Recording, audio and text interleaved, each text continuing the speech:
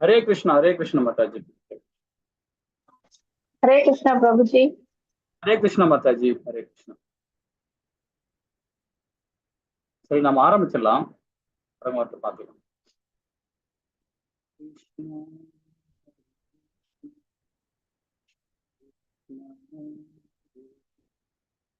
ஹரே ராம் ஹரே ராம். சரி, ஒரு சின்ன மங்களாச்சாரம் பண்ணிடலாம். ஓம் நமோ பகவதே வாசுதேவாய. ஓம் நமோ பகவதே வாசுதேவாய. ஓம் நமோ பகவதே வாசுதேவாய. ஓம் அஞ்ஞானதிமிராந்தஸ்ய ஞானாஞ்சனயே சலாகயே சக்ஸமும்மிலமேன தஸ்மை ஸ்ரீ குருவே நமः. रामायण तदा शिव कार्तिकं हे कृष्णा करुण सिंधे दीन बंदे जगत्पते राधा कांत नमस्ते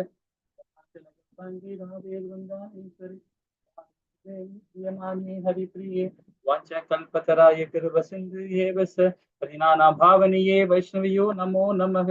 जय श्री कृष्णा चैतन्य प्रभु नित्यानंद श्री अद्वैत आसादि गौर भक्त वृंद। हरे कृष्णा कृष्ण कृष्णा हरे हरे हरे राम राम राम हरे हरे। हरे कृष्णा कृष्ण कृष्णा हरे हरे हरे राम राम राम हरे हरे। हरे कृष्णा कृष्ण कृष्णा हरे हरे हरे राम राम राम हरे हरे।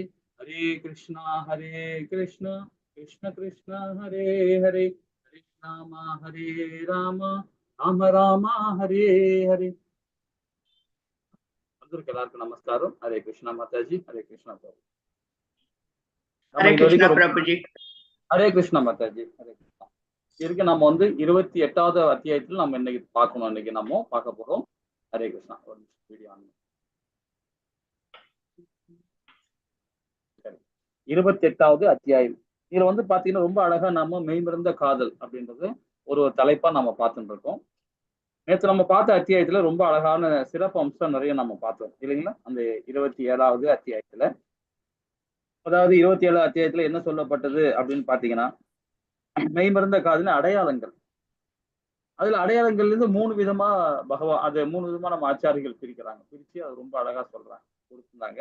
அது நிறைய விஷயங்கள் நம்ம சாராம்சத்தை பார்த்தோம். அப்புறம் மெய்மறந்த காதலுக்கான தூண்டுதல் பார்த்தோம். அதே பகவான் கிருஷ்ணர் பக்தர்கள், பகவான் கிருஷ்ணர் மற்ற சில பண்புகள், பகவான் கிருஷ்ணர் தனித்தன்மை அப்படிங்கிறது நம்ம 22ல இருந்து ரொம்ப அழகா நம்ம இதை பார்த்துட்டு வரோம். இப்ப இன்னைக்கு பார்க்க போறது பாத்தீங்கன்னா 27வது அத்தியாயத்துல மெய்மறந்த காதலின் மேலும் தன்மைகள் என்ன, இது இப்ப இன்னும் பார்க்க போறோம். 30, 31 எல்லாம் பாத்தீங்கன்னா இன்னும் ரொம்ப நல்லா இருக்கும். அதோட அடையாளங்கள் என்ன,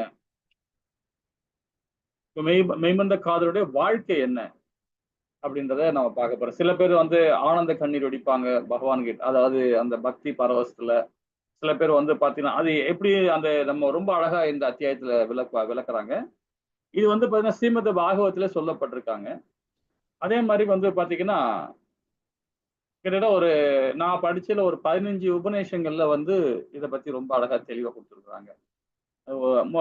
நம்ம இப்போ பேச்சு வழக்குல உள்ளது இது பாத்தீங்கன்னா மொத்தமே 10 தான். 10 உபநேசங்கள் தான் நான் இப்போ நம்மளோட பேச்சு வழக்குல நடத்துறோம். அதை தான் நம்ம ஃபாலோ பண்ண முடியும். ஏன்னா 108 உபநேசங்களையும் நம்ம ஃபாலோ பண்றது ரொம்ப கடினம். அது ரொம்ப சிரமமா இருக்கும். தெரிஞ்சுக்கலாம். ஆனா அது மாதிரி அது நம்மளால அந்த செயல்படுத்த முடியாது. இருந்தாலும் அது தெரிஞ்சுக்கிட்டு அதுல நம்ம தவிர்க்க பார்க்கலாம். சில விஷயங்களை தவிர்க்க பார்க்கலாம். 100% பண்ண முடியாது, ரொம்ப கஷ்டமா இருக்கு. ஆனா அதுதான் இப்ப நம்ம ஆச்சாரங்கள் என்ன பண்றாங்கன்னா 10 உபநேசங்கள் மட்டும்தான் நம்ம அதை ஃபாலோ பண்ண சிறப்பு அப்படின்றாங்க. அதுலதான் இதுல பார்த்தேன். எப்படி நாம நேத்து பார்த்தேன் இல்லைங்களா? கண்ணில் தண்ணி வருது, அப்புறம் தும்பல் வருது, அப்புறம் விக்கிறது, அப்புறம் தலையை ஆட்டுறது, இந்த மாதிரி விஷயங்கள்லாம் கொட்டாய் விடுறது, இதெல்லாம் ஒரு பக்தி மார்க்கத்துல இருக்கும்போது ரொம்ப வித்தியாசமா தெரியும் பார்க்கறதுக்கு. இதெல்லாம் கூட ஒரு கலை தான் அப்படின்றத நம்ம போன அத்தியாயத்துல பார்த்தோம். இப்ப 28வது அத்தியாயத்துல வாழ்க்கையை பத்தி பார்க்க போறோம். ரொம்ப அற்புதமா இருக்கும். பாப்போமா? ஹரே கிருஷ்ணா. யாராவது படிக்கிறீங்களா? நான் படிக்கட்டுமா? சரி, நானே கொஞ்ச நேரம் படிக்கிறேன். அதுக்கப்புறம் நீங்க முடிஞ்சா நீங்க படிங்க. ஒரு பக்தன் பகவான் கிருஷ்ணருடைய நேரடி தொடர்பிலோ அவரிடம் இருந்து சற்று விலகி இருந்ததோ அவர் மீது கொண்ட காதலில் எப்பொழுதுமே தீவிரமாக பாதிக்கப்படுகிறான். அதனை மெய்மறந்த காதல் வாழ்க்கை நிலை எனலாம். இதனால் உண்டாகும் அடையாளங்கள் ஈரமானது, எரிந்தது, உயர்ந்தது என்னும் மூன்று ஆகும் சொல்லப்படுது. கிருஷ்ணனோட தொடர்பில் விளையும் ஈரமான மெய்மறந்த காதல் வாழ்க்கை நேர்முகமானது, மறைமுகமானது என்று இரு வகைப்படும். மல்லிகை மலர்களை கொண்டு ராதாராணி ஒரு நாள் மாலை தொடுத்து கொண்டிருந்தாள். அப்பொழுது எங்கிருந்தோ புல்லாங்குழல் ஒலி காற்றில் மிதந்து வந்தது. அதை கேட்டவுடன் அவள் மாலை கட்டுவதை விடுத்து அப்படியே அசையாது இருந்தாள். இந்த நிகழ்ச்சி நேர்முக ஈரமான மெய்மறந்த காதல் வாழ்க்கையாகும். மறைமுகமான ஈரமான மெய்மறந்த காதல் வாழ்க்கைக்கு பின்வரும் நிகழ்ச்சிக்கும் சிறந்த எடுத்துக்காட்டாகும். சாதக பறவை, அதாவது சாதக பறவையின் கண்களில் முகம் உண்டு ஒன்று. அன்னை யசோதாவின் கண்களுக்கு புருஷோத்தரமான எனப்படும் பகவான் கிருஷ்ணர் இருக்கின்றார். பகவான் கிருஷ்ணர் மதுராபுரிக்கு அழைத்து செல்லப்பட்ட பொழுது பெரும் துக்கத்திற்கும் சினத்திற்கும் ஆளான அன்னை யசோதாவுக்கு மதுராபுரியின் மன்னனான கம்சனை பலவாறு தூட்டினார். இருந்து மெய்மறந்த காதல் வாழ்க்கை மூன்றாக பிரிக்கப்படுகிறது. அதற்கு கூறிய சான்று வருமாறு. ஒரு நாள் அன்னை யசோதா தனது வீட்டில் முற்றத்தில் என்னும் அரக்கி படுத்திருப்பது போல கனவு கண்டாள். உடனே அவள் எழுந்து பகவான் கிருஷ்ணனை தேடி ஓடினாள். மெய்மறந்த காதலின் அடையாளங்கள் சில சமயம் ஒரு அபக்தனின் உடலில் காணப்படும் பொழுது அவை மெய்மறந்த காதலின் உலர்ந்த அடையாளங்கள் எனப்படும். பொதுவாக அவபக்தர்கள் அநிகதவாதியாக ஆவார். ஆயினும் அவர்கள் தூய பக்தர்களுடன் தொடர்பு கொள்ளும் பொழுது சில சமயம் மெய்மறந்த காதலின் சில அடையாளங்களை வெளிப்படுத்தலாம். பக்தியில் தேர்ந்த வித்தகர்கள் இவற்றை உலர்ந்த அடையாளங்கள் என்று அழைக்கப்படுகின்றன.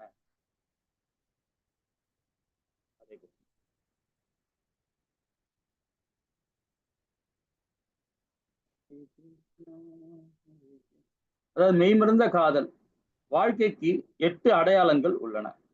அவை அதிர்ச்சி அடைதல், வேர்த்தல், மயிர்கூச்சரிதல், வாய்முறுதல், உடல் நடுங்குதல், உடல் நிறம் மாறுதல், கண்ணீர் பெருக்கெடுத்தல், அழிந்து போதல்.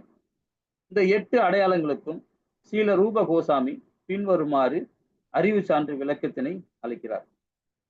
உயிரின் ஆதார சக்தியான பூமியுடன் தொடர்பு கொள்ளும் பொழுதும், கண்ணீரும் நெருப்போடும் தொடர்பு கொள்ளும் பொழுதும் வேர்வையும் ஒருவனுக்கு ஏற்படுகிறது. அச்சக்தியின் ஆதாயத்துடன் தொடர்பு கொள்ளும் பொழுது அங்கே முழு அழிவும் காற்றுடன் தொடர்பு கொள்ளும் போது உடல் நடுங்கத்தாலும் வாய் முழுதாலும் மயிர்கூச்சம் உண்டாக்குறது. இவ் அடையாளங்கள் சில சமயம் அகத்திலும் சில சமயம் புறத்திலும் வெளிப்படுகின்றன. தூய பக்தன் இந்த அடையாளங்களில் வெளிப்பாடுகளை எப்பொழுதுமே அகத்திற்குள் அனுபவிக்கிறான்.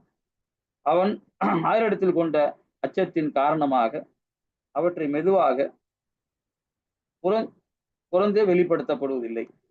அதிர்ச்சி அடைதல் என்னும் அடையாளத்திற்கு தன்னை மறந்த துன்பம், அச்சம், ஆச்சரியம், துக்கம், சினம் போன்றவையே காரணமாகும். இந்த அடையாளமானது திடீரென்று பேச்சு நிறுத்தல், அசைவதை நிறுத்துதல், ஒன்றையும் உணராது இருத்தல், அதிமனதாக பிரிந்தோரை போன்றவற்றினும் வெளிப்படுத்தப்படுகிறது. உத்தவர் பகவான் கிருஷ்ணரினும் லீலைகளை எடுத்து விதுரிடம் விளக்குகையில் கூறுகிறார். ஒரு முறை கிருஷ்ணர் ஒரு தோட்டக்காரியை போல வேடமிட்டு தம்மிடம் நகைச்சுவையுடன் பேசுவதைக் கண்டு கோபியர்கள் அதிர்ச்சி அடைந்தனர். பகவான் கிருஷ்ணர் அவர்களுக்கு வேடிக்கை விளையாட்டாக காட்டி புத்துணர்ச்சி அளித்திருந்தார். பின்னர் பகவான் கிருஷ்ணர் அங்கிருந்து சென்ற பொழுது கோபியர்களின் மனங்களும் விழிகளையும் அவரையே பின்தொடர்ந்து செல்வதை போல கோபியர்கள் நம்மை மறந்த கிருஷ்ணரை பார்த்து கொண்டிருந்தனர். இந்த அடையாளங்கள் கோபியர்கள் தங்கள் வேலைகளை முழுவதையும் முடிப்பதற்கு முன்பாக அவர்கள் மெய்மறந்த காதலில் அதிர்ச்சி அடைந்துள்ளனர் என்பதை எடுத்து காட்டுகிறது. அதிர்ச்சி அடைந்தலுக்கு மற்றொரு எடுத்துக்காட்டு பகவான் கிருஷ்ணரின் கம்சனின் யாகசாலையில் பல்வேறு மல்யுத்த வீரர்கள் விடப்பட்ட பொழுது அவரது அன்னை தேவகி அதிர்ச்சி அடைந்தாள். மல்யுத்த வீரர்களுக்கு மத்தியில் பகவான் கிருஷ்ணரை கண்டவுடன் அவளது விழிகள் கட்டமுற்றன. பிரம்மதேவன் அதிர்ச்ச சற்று ஸ்ரீமத் பாகவதம் 10வது காண்டம் 11ஆம் அத்தியாயம் 56வது ஸ்லோகத்தில் உள்ளது.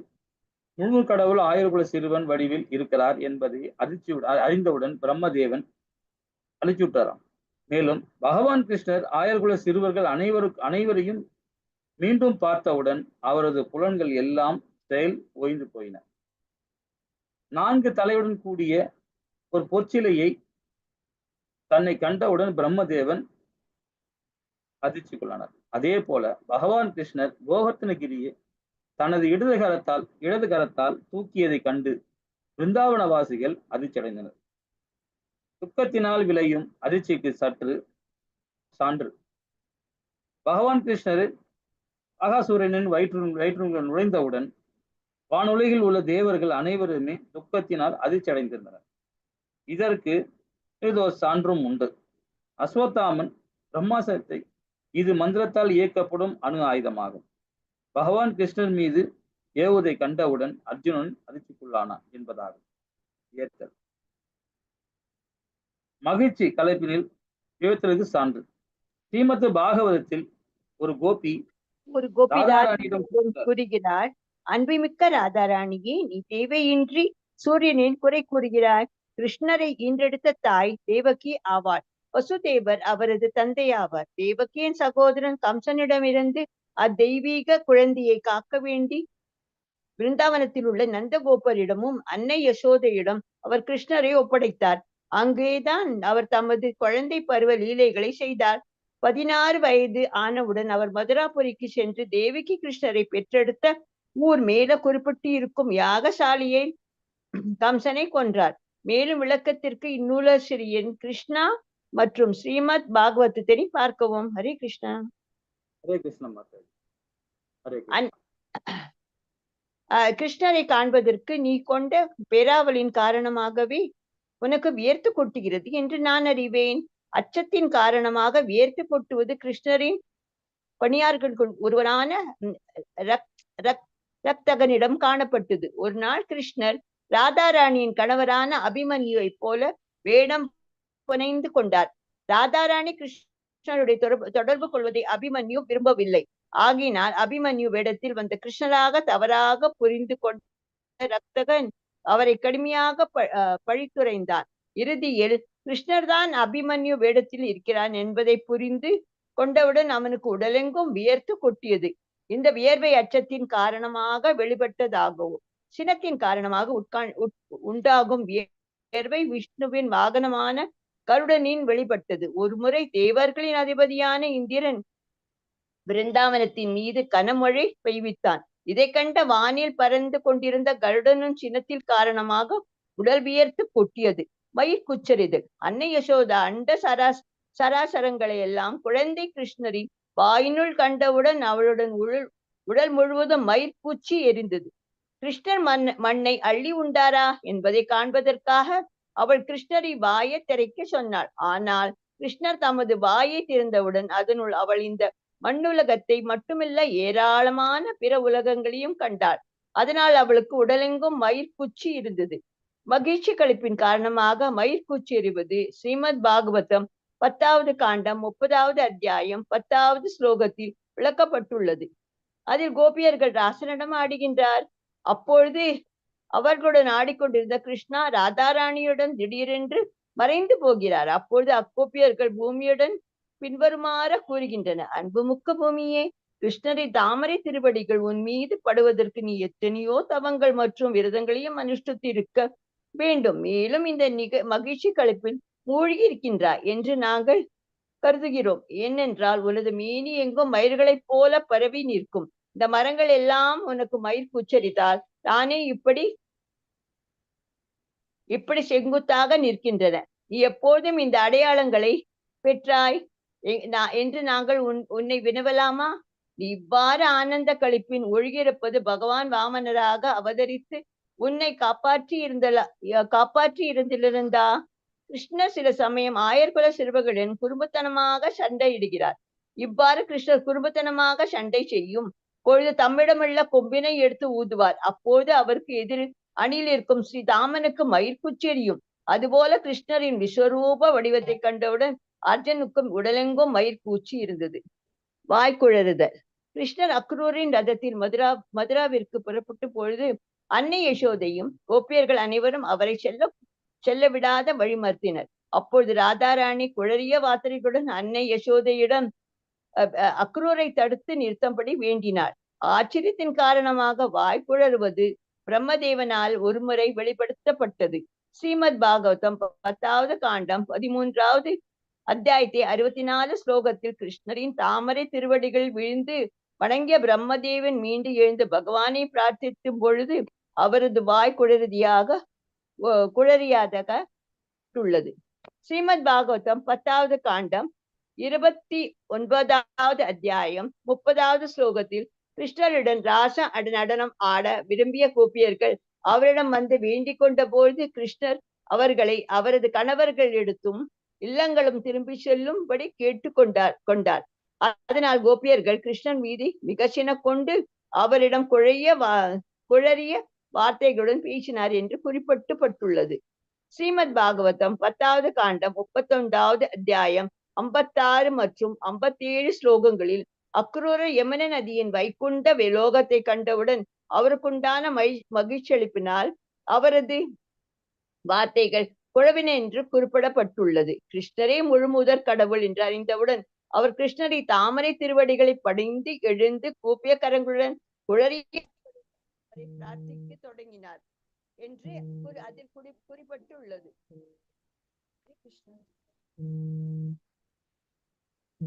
அச்சத்தின் காரணமாக வாய் கொள்வதற்கு ஏராளமாக மாதாஜி ஆடியோ ப்ராப்ளமா இருக்கு மாதாஜி. ஒருவன் இவ்வாறு ஹரே கிருஷ்ணா. நண்பனே உன்னது புல்லாங்குழல் உன்னது வேலைக்காரன் உங்களுக்கு கேக்குதுங்களா? பத்ரியுடன் இருந்தது. நான் அதனை தருமாறு சரியா கேட்கல பிரபு. பிரபுஜி ரொம்ப லோவா கேக்குது பிரபுஜி. ரொம்ப லோவா கேக்குது. அவங்க டக்குன்னு சவுண்ட் குறைஞ்சுது. ஏதோ ஒரு சவுண்ட். ஹரே கிருஷ்ணா மாதாஜி. அம்மா ராதா ராணியின் உடல் அவங்க படிச்சிட்டே இருக்காங்க. நடுங்கியது. இது போன்றதோ நடுக்கும் நகல ஹரே கிருஷ்ணா சகதேவனிடம் காணப்பட்டது. சிசுபாலன் பகவானை பயங்கரமான ஏதோ ஆடியோ ப்ராப்ளம் நினைக்கிறேன் உங்களுக்கு. ஹரே கிருஷ்ணா மாதாஜி.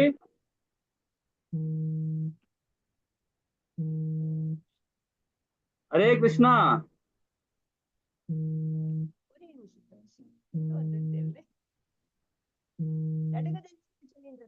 ஹரே கிருஷ்ணா.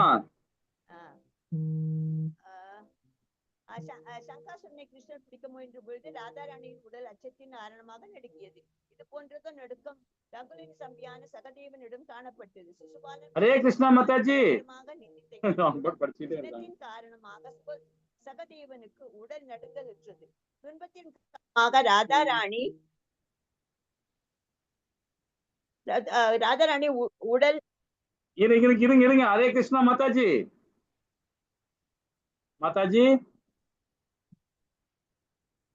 உங்க குரல் கேட்கல, சவுண்ட் கேட்கல. ஹரே கிருஷ்ணா.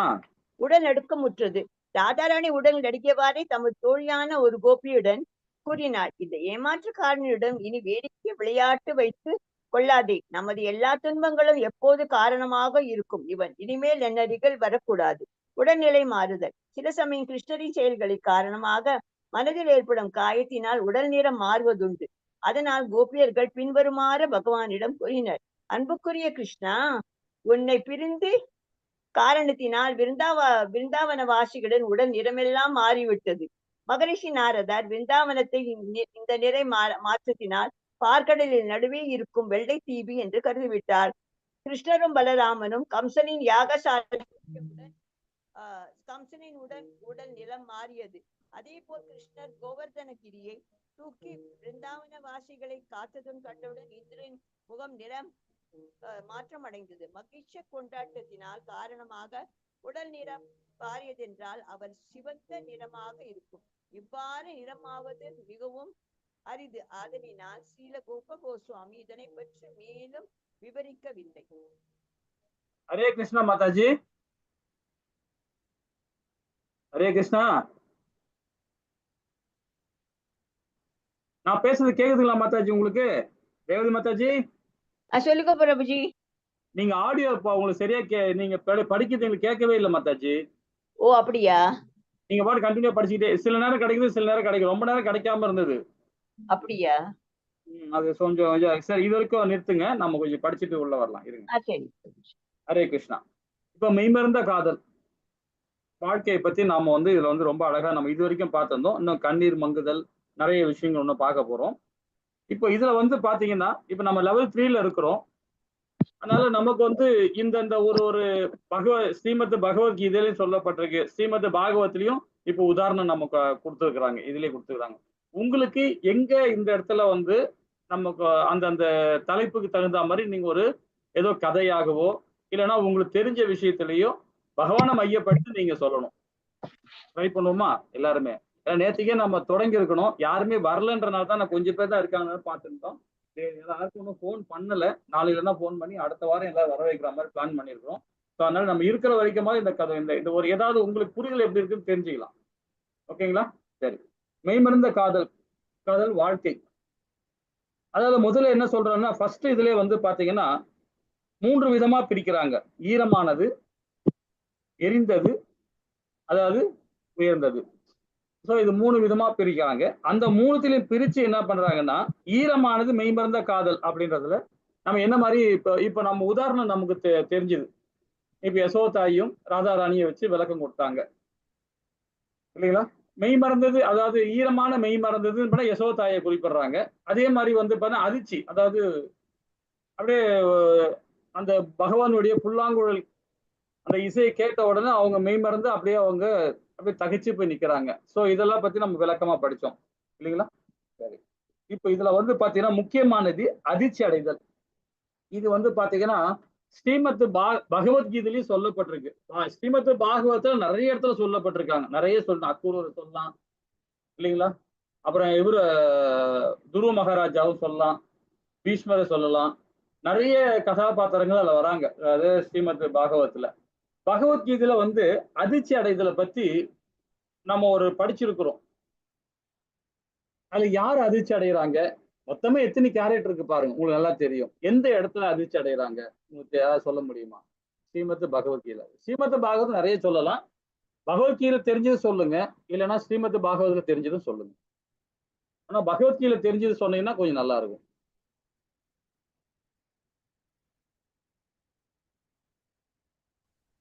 ஹரே கிருஷ்ணா பிரபுஜி. சொல்லுங்க மாதா. துரியோதனன் வந்து அந்த படைகளை பார்த்து கொஞ்சம் அதிர்ச்சி அடைஞ்ச மாதிரி சொல்லுவாங்க பிரபுஜி. அதிர்ச்சி அடைஞ்ச மாதிரி இல்லையா? ஆமா. அது வந்து எந்த அத்தியாயம் வருது ஞாபகம் இருக்கா மாதாஜி உங்களுக்கு? இது 2வது அத்தியாயத்துல அவரோட குரு கிட்ட போய் சொல்லுவாங்க பிரபுஜி. ஒரு பயத்துல வந்து இந்த மாதிரி உங்களோட சிஷ்யர்கள்லாம் அங்க இருக்காங்க. சரிங்க மாதா, இது ஒரு கண்டென்ட், இது ஒரு ஒரு இதா எடுத்துக்கலாம். சரி, இது வேணா 2வது அத்தியாயம் கிடையாது, முதல் அத்தியாயம். முதல் அத்தியாயத்துல 6வது ஸ்லோகத்துல வரும் அது. அதாவது பாத்தீங்கன்னா அர்ஜுனன் வந்து துரியோதன கிட்ட, அர்ஜுனன் இல்ல, தவா சொல்லிட்டேன். துரியோதனன் வந்து பாத்தீங்கன்னா துரோணாச்சாரிய கிட்ட, அதாவது அந்த பயத்தோட வெளிப்பாடு வந்து அவர்கிட்ட சொல்லுவான், சந்தேகப்படுவான், சந்தேகப்படுவான், தற்பெருமையா பேசுவான். அதுக்கு சாராம்சம் என்னன்னா, பீஷ்மர் வந்து என்ன பண்ணுவாரு, உடனே சங்கு ஊதிடுவார். ஏன் அதுக்கு ஊதுறாருன்னு சொல்றது அது விளக்கம் கொடுக்கறாங்க. ஏன்னா அவன் பயந்துட்டான். ஏன்னா அவங்களுடைய சேனை, இவங்க சேனையும் அவங்க சேனை நிற்கும் போது இவங்க சேனை பெரிய சேனை, அவங்க சேனை கம்மி தான். ஆனா அந்த சேனையை பார்த்த பிறகு அதுல உள்ள வீரர்கள்லாம் பார்க்கும்போது இவன் உண்மையிலேயே பயந்துட்டான். இவளுக்குள்ள பயம் இருக்கு, இருந்தாலும் வெளிக்காட்டிக்கல. அந்த இடத்துல வந்து ஒரு இது. 2வது வந்து பாத்தீங்கன்னா பீஷ்மர் வந்து அந்த சங்கு நாதத்தை ஊதிடுவார். பீஷ்மர் தான் முதல்ல ஊதுவார். ஏன்னா அந்த துரோணாச்சாரியருடைய அவருடைய மைண்டை வந்து டைவர்ட் பண்றதுக்காக டக்குனு ஊதிடுறார். பாண்டு சைடுல ஒன்னும் ஊதவே இல்லை, இவங்க எடுத்து ஊதிடுவார். இந்த இடத்துல வந்து பாத்தீங்கன்னா துரியோதனன் அதிர்ச்சி அடைகிறான், பயப்படுறான். இவர் ஏன் டக்குன்னு இது பண்ணாரு அப்படின்றத. ஏன்னா அவர் பண்ண காரணம் என்னன்னா, துரோணாச்சாரியாரு அந்த இதுல இருந்து வெளியே இது பண்ணணும், அவர் மைண்டை வந்து டைவர்ட் பண்ணணும். ஏன்னா அவன் பண்ண வேலை, துரியோதனன் பண்ண வேலை, அதனால இவர் கோவப்பட்டு ஏதாவது ஒண்ணு பண்ணிட போறாரு, ஏதாவது ஒரு வார்த்தையை விட்டுற போறாரு, இல்ல செயல் பண்ணிட போறாருன்றதுக்காக தான் டக்குனு வழி இல்லாம துரோணாச்சாரியரை ஊதிட்ட பிறகு என்ன இவங்க எல்லாம் ஊதிதான் ஆகணும். பழைய தளபதியா இருக்கிறார், ஊதினா அங்க எல்லாம் ஊதிதான் ஆகணும் இல்லைங்களா? போருக்கு ரெடி ஆயிடணும். ஸோ அந்த இடத்துல ஒரு அதிர்ச்சி அடைகிறான். துரியோதனும் சரி, கர்ணனும் சரி, எல்லா இவங்க சைட்ல எல்லாருமே அதிர்ச்சி அடைகிறாங்க. ஏன்னா அங்க ஒரு சூழ்ச்சி நடக்குது. அந்த சூழ்ச்சியோட வெளிப்பாடு அங்க துரோணாச்சாரியர் தன் வாயால சொல்லணும்ன்ற எதிர்பார்த்தான் சகுனி மூலியமா. ஆனா அது நடைபெறல. அந்த அந்த அதிர்ச்சி ஒண்ணு இருந்தது. அதே மாதிரி வந்து பாத்தீங்கன்னா விராட் ரூபத்தை சொல்லலாம். விராட் ரூபம் தான் ரொம்ப அந்த மயிர் கூச்சம் ஏற்படுறது இதெல்லாம் வந்து ஸ்ரீமத் பகவத்கீதையில அந்த இடத்துல நம்ம படிச்சிருக்கோம். அங்கேயும் அதிர்ச்சி அடைகிறான். காரணம் என்னன்னு பாத்தீங்கன்னா துரோணாச்சாரியார் கிருபாச்சாரியார் துரோணாச்சாரியார், மாமா சல்லியன், சகுனி, துரியோதன, கர்ண இவங்க எல்லாமே பகவானோட வாய்க்குள்ள போறாங்க. வாய்க்குள்ள போறது மாத்திரம் இல்லாம பல்லுக்கெல்லாம் இடங்கி நசுங்குறாங்க அப்படியே. அதெல்லாம் பார்க்கறான். அதிர்ச்சி அடைகிறான் இவன் பார்த்துட்டு. ஏன்னா எதிர்காலத்துல பார்க்கறான். இவன் அவன் இருக்கிறது நிகழ்காலத்துல இருந்தாலும் எதிர்காலத்துல நடக்க போறது அங்க பகவானுடைய விராட் ரூபத்துல பார்க்கறான். பார்த்து அவன் அதிர்ச்சி அடைகிறான். அந்த இடத்துல வந்து ரொம்ப பயப்படுறான். பகவான் எதிர்காலத்தையும் காட்டுறாரு அந்த இதுல. அந்த இடத்துலயும் சொல்லலாம். அதே மாதிரி சஞ்சயனும் அதிர்ச்சி அடைகிறார். எங்க அடைகிறார் பாத்தீங்கன்னா காண்டீபத்தை கீழே போட்டான் 46வது பதத்துல, அதாவது முதல் அத்தியாயத்துல கடைசி பதத்துல வந்து காண்டீபத்தை கீழே போட்டு தேர்ல போட்டு உட்காந்துடுறான். அந்த இடத்துல சஞ்சயன் வந்து கொஞ்சம் அதிர்ச்சி அடைகிறான். எவ்வளவு பெரிய வில்லாளி இவன், எவ்வளவு வில்வித்தெல்லாம் தெரிஞ்சவன், இவன் எப்படி இந்த மாதிரி பந்தப்பட்ட வாழ்க்கை வந்து இந்த மாதிரி தூக்கி கீழே போட்டு அப்படி ஒரு அந்த ஷாக்காய் அப்படி நிற்கிறான். நின்று மாத்திரம் இல்லாம அது திருதராஷ்டிரர் கிட்ட சொல்றாரு. அவருக்கு 2வது அத்தியாயத்துல அவர் கொஞ்சம் ஒரு இடத்துல 2-3 ஸ்லோகம் அவர் கொடுப்பாங்க அவருக்கு. ஸோ எதுக்கு சொல்ல வரோம் பாத்தீங்கன்னா இதெல்லாம் நம்ம மெயினூட்டா பார்க்கணும். ஏன்னா இந்த லெவல் வந்திருக்கோம், லெவல் 3ல வந்திருக்கோம்னா நம்ம 700 ஸ்லோகம் வந்து ஒரு ஸ்டோரி மாதிரி படிக்கணும். ஒரு ஸ்டோரி மாதிரி படிச்சீங்கன்னு வச்சுங்களேன், ரொம்ப நமக்கு வந்து அது மைண்ட்ல நின்றுடும். ஒரு ஸ்டோரி மாதிரி படிக்கணும். அது பகவான் எப்ப நம்ம தூங்கி இருந்து தட்டி எழுப்பினாவோட டக்குன்னு பதில் சொல்லணும். 8வது அத்தியாயத்துல என்ன சொன்னார் பகவான் அப்படின்னு, 7வது அத்தியாயத்துல என்ன சொன்னார் பகவான், 5ஆவதுல என்ன சொன்னார் பகவான் அப்படின்னு அந்த சாராம்சத்தோட நம்ம படிக்கணும். இதை முடிச்ச உடனே நம்ம அதை லெவல் 2 முடிச்சோடனே நம்ம படிச்சிருக்கணும். அதை நம்ம விட்டுட்டோம். அதை இப்ப லெவல் 2ல வந்து அதான் படிக்க போறோம். அது மாதிரி உங்க டைம் இருந்தோட நீங்க வாங்க. நம்ம இந்த இப்போ அநேகமா வந்து இந்த வாரத்தோட முடிஞ்சிடும், நாளையோட முடிஞ்சிடும் லெவல் 2. அப்ப லெவல் 2லயே வந்து நாளைக்கு அட்டன் பண்ணுங்க. இதே டைம் தான், நாளைக்கு முடிஞ்சிடும். 18 அத்தியாயம் முடிக்க போறோம். முடிச்ச உடனே ஒரு அத்தியாயத்தோட சிறப்பு நான் ஒரு இதெல்லாம் ரெடி பண்ணி வச்சிருக்கிறேன். நமக்கு ரொம்ப ஈஸியா எப்படி புரிஞ்சுக்கலாம். இந்த 700 ஸ்லோகாவும் முக்கியமா வந்து 10 ஸ்லோகாவா பிரிச்சு அது ரொம்ப அழகா பண்ணியிருக்கோம். ஒரு 10 ஸ்லோகத்துக்குள்ள இதெல்லாம் எங்க எப்படி தெரியும் உங்களுக்கு, எப்படி வரும்னு பாத்தீங்கன்னா பக்தி சாஸ்திரி கிளாஸுக்கு போகும்போது, வைபவ கிளாஸுக்கு போகும்போது உங்களுக்கு ரொம்ப யூஸ்ஃபுல்லா இருக்கும். அதெல்லாம் அந்த 700 ஸ்லோகா வந்து ஒரு ஸ்டோரி மாதிரி நீங்க படிக்கணும். படிச்சாதான் உங்களுக்கு அழகா ரொம்ப அதை புரியும். எங்கெங்க அதிர்ச்சி அடைகிறாங்க, எங்க மாதிரி வந்து அவங்க இது பண்றாங்க, டக்குன்னு பதில் சொல்லலாம், சொல்ல முடியும். நம்ம எதுக்கு நான் இந்த உபநிஷங்கள்ல ரொம்ப அழகா சொல்ல அதிர்ச்சி அடைதுல வந்து பாத்தீங்கன்னா நிறைய இடத்துல அர்ஜுனன் பண்றான், அதே மாதிரி சஞ்சயனும் பண்றான், அதே மாதிரி துரியோதனும் அதிர்ச்சி அடைகிறான். ஆனா துரியோதனன் வந்து பேசப்பட்டது வந்து அங்க வந்து சொல்லப்பட்டது வந்து கொஞ்சம் ஸ்லோகத்தை தான் துரியோதனன் வந்து அங்க பேசப்படுறாங்க. ஆனா ரொம்ப கிடையாது, ரொம்ப இது பண்றாங்க. ஏன்னா இது ரொம்ப அதிர்ச்சி அடையுது யாருன்னா இதுல வந்து அர்ஜுனன் தான் ரொம்ப இது அதிர்ச்சி அடைகிறாரு. அப்புறம் அந்த நம்ம உடம்பு ஃபுல்லா வேர்க்கும் இல்லையா, வேர்த்தல் சொல்ல போனா இவர் தான், நம்ம அர்ஜுனன் தான். ஏன்னா அந்த விராட் ரூபத்தை பார்த்துட்டு அது அதிர்ச்சி அடைகிறார். அதிர்ச்சி அடைஞ்ச பிறகு அந்த இடத்துல வந்து என்ன சொல்லணும் என்ன செய்யணும் அப்படின்னு ஒரு மாதிரியா இதாகிறார். இது வந்து 11வது அத்தியாயத்துல பார்த்தோம். அதே 1வது அத்தியாயத்துல கூட பாத்தீங்கன்னா கூட சரி, குடும்ப பாரம்பரியம் இதெல்லாம் கெட்டு போயிடும் அப்படின்னு ரொம்ப அது அந்த அந்த இடத்துல வந்து நினைக்கும் போது அந்த குடும்ப பாரம்பரியத்தை நினைச்சு பகவான் அதை வந்து இப்ப சொல்றார், பகவான் கிட்ட சொல்றார். இந்த மாதிரி குடும்ப பாரம்பரியம் எல்லாம் போயிடுச்சுன்னா என்ன ஆவறது அப்படின்னு சொல்லிட்டு ரொம்ப வருத்தப்படுறாரு. அப்புறம் வந்து எல்லாம் இறந்துட்டாங்கன்னா எல்லாமே வந்து அந்த குடும்பம் எல்லாம் எப்படி, நாடு எப்படி போவோம் அப்படின்றதெல்லாம் சொல்லிட்டு அந்த இடத்துல வந்து அவர் நினைக்கவே உடம்பெல்லாம் வேர்க்குது அவருக்கு, யாருக்கு, அர்ஜுனனுக்கு. அது ஏன் அந்த மாதிரி வேர்க்குது அப்படின்னு பாத்தீங்கன்னா எல்லாருக்குமே வேர்க்கும். எப்படி இருக்கும் பாத்தீங்கன்னா பந்தப்பட்ட வாழ்க்கையை வாழறவங்களுக்கு, பற்றற்ற தன்மையா இல்லவங்களுக்கு வராது. பற்றோட இருக்கிறவங்களுக்கு கண்டிப்பா வேர்வை வரும். கண்டிப்பா சாதாரணமாவே வரும். ஒரு சின்ன சின்ன விஷயத்துல நாம வந்து எமோஷன் ஆகும். சின்ன சின்ன விஷயத்துல நம்ம வந்து டென்ஷன் ஆயிட்டு நம்ம என்ன பண்ணும், அந்த டென்ஷன் ஆகும்போது நமக்கு என்ன பண்ணும், ஆட்டோமேட்டிக்கா உடல் மாற்றம் ஏற்படும். அதுல இருந்து ஒரு அங்கங்க வந்து வேர்வையா வர ஆரம்பிச்சிடும். ஒரு பதற்றம் ஏற்படும். அதே வந்து ஆன்மீகவாதிகளும் அந்த பதற்றமே இருக்காது. பதற்றமே இருக்காது. எத பத்தியும் கவலைப்பட மாட்டார். அவர் பாட்டுன்னு அவர் பகவானுக்கு பக்தி குடுத்துட்டு இருப்பார். அவர் வேலைய அவர் கரெக்ட்டா பண்ணிட்டு இருப்பார். இல்லைங்களா? சோ இது மாரி வேர்த்தல பத்தி நம்ம ரொம்ப ஸ்ரீமத் பாகவத்திலும் நெறைய இடத்துல சொல்லப்பட்டிருக்கு. யாருமே சொல்ல மாட்டேன்றீங்க. சரி. அதாவது மயிர்கூச்சல். இந்த இடத்துல வந்து பாத்தீங்கன்னா, ஒரே இடம் தான் சொல்லலாம். இதுலயே நம்ம நேத்து படிச்சோம். மயிர்கூச்சல் எங்க அடைகிறாருன்னு படிச்சோம். எங்க பார்த்தோம்? இதே வந்து அ அதாவது விராட் ரூபத்துல தான். 11 அத்தியாயத்துல தான், விஸ்வரூபத்துல தான் பகவான் கிட்ட பார்க்கும்போது, அவர் இது பண்ணும்போது, அவருக்கு கை கால்லாம் நடுங்குது. இந்த மயிர்கூச்சல்லாம் ஏற்படுதுன்ற நாம 11 அத்தியாயத்துல தான் அது விரிவா படிச்சோம். இல்லைங்களா? ஹரே கிருஷ்ணா. அந்த மாரி வாய் குளறுதல். இதுவும் வந்து ஸ்ரீமத் பகவத்கீதையில 11வது அத்தியாயத்துல தான் நாம இத படிச்சிருக்கோம். இது வந்து ஸ்ரீமத் பாகவத்துல 8வது காண்டத்துல கூட ரொம்ப அழகா சொல்லப்பட்டிருக்காங்க. இதுல 8வது காண்டத்துல வந்து பாத்தீங்கன்னா, இந்த அதிதி திதி ஸ்டோரியில அந்த ஸ்டோரியோட பகவான் சொல்லிட்டு வருவார். அந்த இடத்துல வந்து பாத்தீங்கன்னா, திதி இருக்காங்க பாத்தீங்களா? அந்த திதி வந்து பாத்தீங்கன்னா, நெறைய இடத்துல நமக்கு நமக்கு அந்த காரியம் சாதிக்கணும்ன்றதுல அவங்க அவங்க கசிப முனிவர்கிட்ட ரொம்ப டைட் பண்றாங்க அவர. டைப் பண்ணிட்டு அவங்க எதேதோ ஒண்ணு சொல்றாங்க. என்ன சொல்லணும்னு நினைக்காம, மனப்போக்குல அவங்க சொல்லிட்டே இருக்கிறாங்க. ஏன்னா ஃபுல்லா வந்து பந்தப்பட்டிருக்காங்க.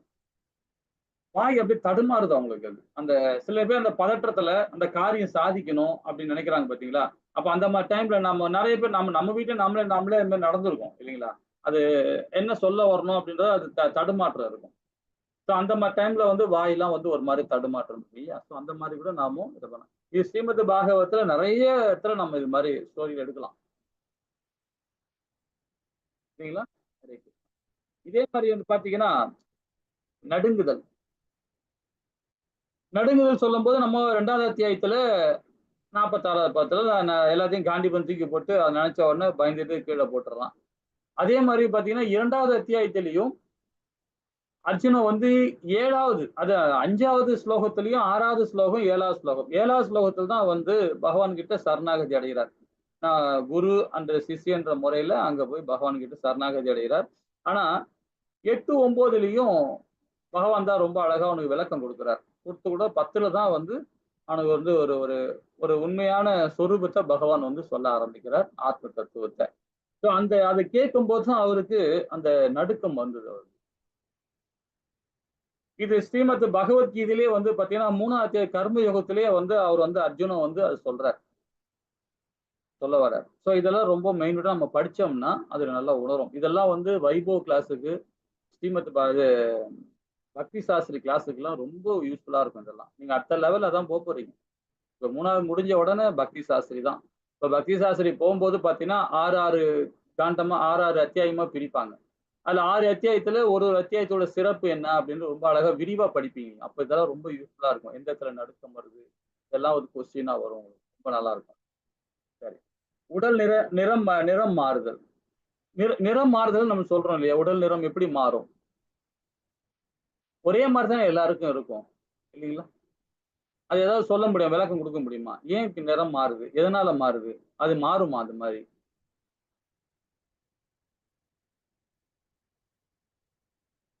ஹரே கிருஷ்ணா. யாருமே பேச மாட்றீங்க? ஹரே கிருஷ்ணா.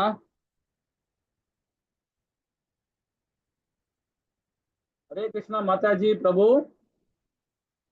எல்லாமே மியூட்ல இருக்கீங்க. பிரபுஜி பயத்தினால மாதிரி வருமா? இத நம்ம பேசிக்கலாம் மாதாஜி. நம்ம இத டேட்டா சொல்லுங்க. ஒரு மாரி எப்படி சொல்ல முடியும்? கெத்தா சொல்லுங்க. சிவரா சொல்லுங்க. ஒண்ணும் பிரச்சனை இல்ல. பாத்துக்கலாம். நம்ம தானே படிக்கிறோம். அதாவது உடல் நிறம் மாறுதல். இது உண்மையான பக்தனுக்கு நடைபெற செயல் மாதாஜி இதெல்லாம். இதெல்லாம் உண்மை. இப்ப சில பேருக்கு வந்து பௌதிகத்துல போகும்போது பாத்தீங்கன்னா, கண்ணெல்லாம் சிவக்கும். பார்த்திருக்கீங்களா? கோவம் வரும்போது.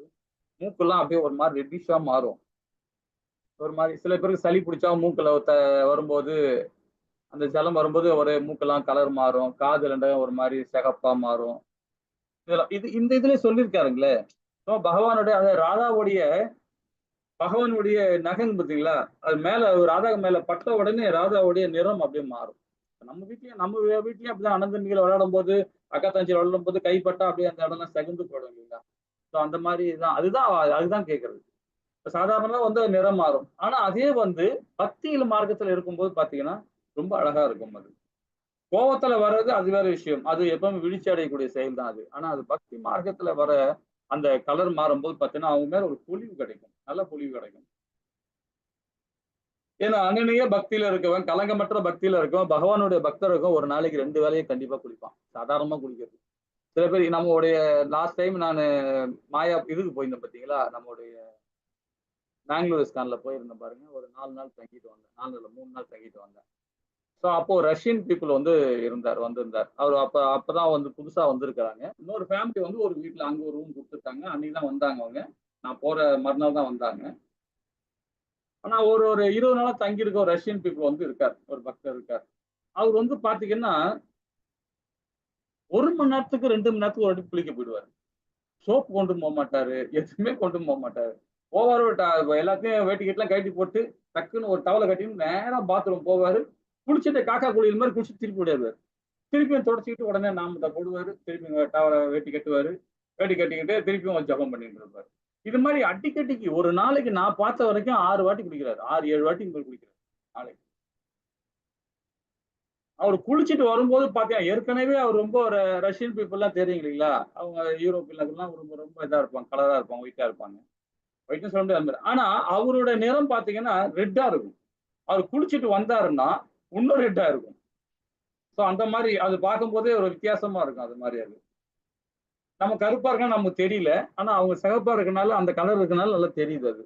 அவர் பார்த்தீங்கன்னா, அடிக்கடி குளிச்சுட்டு வருவாரு. போய் குளிச்சுட்டு வருவாரு. ஆனா சாதாரண பக்தர்கள் வந்து ஒரு நாளைக்கு 2 முறையாவது கண்டிப்பா குளிப்பாங்க. ஏன்னா காலையில ஒரு நாள் குளிச்சாலும், சாயங்காலம் ஒரு குளிச்சாலும். ஆனா நம்ம கோவில்ல தங்கிக்கும்போது 3 வேளை குளிப்போம். மத்தியானம் குளிப்போம், சாயங்காலமும் குளிப்போம். 3 வேளை நான் கோவில்ல போனா 3 முறை தான். இங்க சென்னையில இருக்கும்போது 2 டைம்ஸ் தான் நம்ம குளிக்கிறது. காலையில 1, சாயங்காலம் ஆஃபீஸ் போயிட்டு வந்து குளிப்போம். அவ்வளவுதான். ஸோ அந்த மாரி. எதுக்கு சொல்ல வரேன்னு பார்த்தீங்கன்னா, இதெல்லாம் உடல் சுத்தமா வச்சிருக்கும்போது பார்த்தீங்கன்னா, இந்த நிறம் மாறுறது, இந்த மாரி விஷயங்கள நம்ம தெரிஞ்சுக்கலாம். முக்கியமா அந்த அந்த உள் தூய்மை, வெளி தூய்மை சொல்லும்போது, அதாவது 6வது அத்தியாயத்துல, அஷ்டாங்க யோகத்துல ரொம்ப அழகா நமக்கு பகவான் உபதேசம் பண்ணியிருந்தார். அஷ்டாங்க யோகத்துல. இல்லைங்களா? ஹரே கிருஷ்ணா. சரி. இப்போ கண்ணீர் மல்கத்த பத்தி நம்ம பார்ப்போம். இது ரொம்ப விரிவா படிக்கலாம். மகிழ்ச்சிக்கு யாராவது படிக்கிறீங்களா? நான் படிக்கட்டுமா? ஹரே கிருஷ்ணா.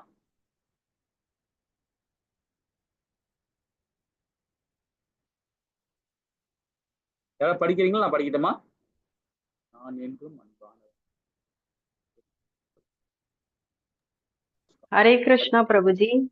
ஹரே கிருஷ்ணா மாதாஜி. படிக்கிறேங்க பிரபுஜி. படிங்க. கண்ணீர் மல்குதல். மகிழ்ச்சி, களிப்பு, சினம் அல்லது பிரிவு போன்றவற்றின் காரணமாக கண்களிலிருந்து கண்ணீர் பெருக்கெடுத்து ஓடும். அந்த கண்ணீர் குளிர்ச்சியாக இருந்ததென்றால் அது ஆனந்த கண்ணீராகும். அக்கண்ணீர் சினத்தின் காரணமாக வழிந்ததென்றால் அது நன்மையாக இருக்கும். வெம்மையாக இருக்கும். இந்த இரு நிலைகளிலுமே கண்களின் அசைவு சற்று இறுக்கமாக இருக்கும். அதுபோல் கண்கள் சிவந்து இருக்கும். மேலும் கண்களில் ஒரு விதமான எரிச்சல் இருக்கும். கண்களை கசக்குவதற்கு அதுவே காரணமாகும். செந்தாமரை விழிகளுடையவளும் கிருஷ்ணரின் முதல் மனைவியுமான ருக்மணி மகிழ்ச்சியினால் ஆனந்த கண்ணீர் வடித்தாள் என்ற போதிலும் அவள் கண்ணீர் துளிகளை விரும்பியதில்லை. ஹரிவம்சம் எனும் நூலில் ஓரிடத்தில் கிருஷ்ணர் மீது கொண்ட மிகுந்த பாசத்தின் காரணமாக சத்யபாமா கண்ணீர் வடித்தாள் என்று கூறப்படுகிறது. சினத்தின் காரணமாக கண்ணீர் பீமனின் கண்களிலிருந்தும் வழிந்தது. ராஜசூய வேள்வியில் சிசுபாலன் கிருஷ்ணரை நிந்தித்தவுடன் பீமன் சிசுபாலனை கொன்றுவிட துடித்தான். ஆனால் கிருஷ்ணன் அவனுக்கு அனுமதி அளிக்காததால் அவன் மிகுந்த துக்கத்திற்கும் சினத்திற்கும் ஆட்பட்டான். அப்போது அவன் கண்களில் இருந்து கண்ணீர் பெருக்கெடுத்து ஓடியது. மாலை கால நிலவை மெல்லிய மேகம் மறைந்தது போல் உஷ்ணமான கண்ணீர் அவன் விழிகளை மறைத்ததாக குறிப்பிடப்பட்டுள்ளது. மெல்லிய மேகத்தினால் நிலவு மறைக்கப்படும் பொழுது அது பார்ப்பதற்கு அழகாக இருக்கும். அதுபோல் சினத்தின் காரணமாக பீமன் கண்ணீர் விட்ட பொழுது அவனும் கூட பார்ப்பதற்கு மிகவும் அழகாக இருந்தான். சோகத்தின் காரணமாக ருக்மணி கண்ணீர் சிந்தியது பற்றி ஸ்ரீமத் பாகவதம் 10ஆம் காண்டம் 60ஆம் அத்தியாயம் 23வது ஸ்லோகம் விளக்குகிறது. கிருஷ்ணரும் ருக்மணியும் பேசிக் கொண்டிருந்த பொழுது கிருஷ்ணரை பிரிய போவதை எண்ணி அவள் மிகுந்த அச்சத்திற்கு ஆளானாள். அதனால் அவள் செந்தாமரை போன்ற சிவந்த தனது கால் விரல் நகங்களினால் நிலத்தினை கீறத் தொடங்கினாள். அவள் கண்ணீர் சிந்தியதால் அவள் விழிகளில் தீட்டியிருந்த கரிய நிறமுடைய கண்மை அக்கண்ணீரில் கரைந்து குங்குமம் பூசப்பட்டிருந்த அவளது மார்பகங்கள் விழுந்தது. பேச முடியாத அளவிற்கு ருக்மணி பெரும் சோகத்திற்கு ஆளானாள். அழிந்து போதல். ஒரே சமயத்தில் துக்கம், சுகம் என்பவற்றினால் தாக்கப்பட்டு குழப்பம் வரும்பொழுது ஒருவனுக்கு என்ன செய்வதென்று தெரியாது. இக்குழப்ப நிலையே பிரளயம் அல்லது அழிவு எனப்படும். இந்த பிரளய நிலையில் ஒருவன் நிலத்தில் நெடுஞ்சான் கிடையாக வீழ்ந்து விடுகிறான். அப்போது அவனது உடலில் மெய்மறந்த காதலின் அனைத்து அடையாளங்களும் வெளிப்படுகின்றன. கிருஷ்ணரை கோபியர்கள் தேடி வந்த பொழுது அவர் திடீரென்று புதர் மறைவில் இருந்து தோன்றியவுடன் கோபியர்கள் அனைவரும் அதிர்ச்சியில் குழநிலழ்ந்து போயினர். அந்த நிலையில் கோபியர்கள் எழில்மிக்கவர்களாக தோன்றினர். மகிழ்ச்சியில் விளையும் பிரளயம் அல்லது அழிவிற்கு இது ஓர் எடுத்துக்காட்டாகும். துன்பத்தில் விளையும் பிரளயத்திற்கு பல நிகழ்வுகள் இருக்கின்றன. இதற்குரிய சான்று ஸ்ரீமத் பாகவதம் 10ஆம் காண்டம் 39ஆம் அத்தியாயம் 15வது ஸ்லோகத்தில் உள்ளது. அதில் சுகதேவ கோஸ்வாமி பரீட்சித் மன்னரிடம் கூறுகிறார், அன்பார்ந்த மன்னனே, கிருஷ்ணரை காணாது கோபியர்கள் தவித்த பொழுது அவர்கள் புலன்கள் அழிந்து உடல் உணர்ச்சியற்று போகும் அளவிற்கு கிருஷ்ணரையே நினைத்து கொண்டு இருந்தனர். அவர்களின் இந்நிலை அவர்கள் அனைத்தும் பௌதீக பந்தங்களிலிருந்து விடுதலை பெற்றவர்கள் போல் இருந்தது. மெய்மறந்த காதல் அடையாளங்களின் அளவுகள். உடலில் தோன்றும் மெய்மறந்த காதல் அடையாளங்கள் பலவற்றுள் அதிர்ச்சி அடைதலே மிகவும் முக்கியத்துவம் வாய்ந்ததாகும். அதிர்ச்சி அடைதலின் அளவினை பொறுத்து உடலில் இருக்கும் உயிர் ஆதார சக்தி கிளர்ச்சி அடைகிறது. அதன் காரணமாக மெய்மறந்த காதலின் பிற அடையாளங்கள் சில சமயம் நிலை மாற்றம் பெறுகின்றன. இந்த உன்னதமான மெய்மறந்த காதலின் அடையாளங்கள் படிப்படியாக வளர்ச்சி பெறுகின்றன. இவ்வாறு வளர்ச்சி பெறும் பொழுது அவை சில சமயம் புகை படிந்ததென்றும், சில சமயம் கொழுந்துவிட்டு எரிவது என்றும், சில சமயம் ஒளிர்கின்றதென்றும் அழைக்கப்படுகின்றன. இந்த 3 அறைகளும் காலம் காலமாக அனுபவிக்கப்படுவதாகும்.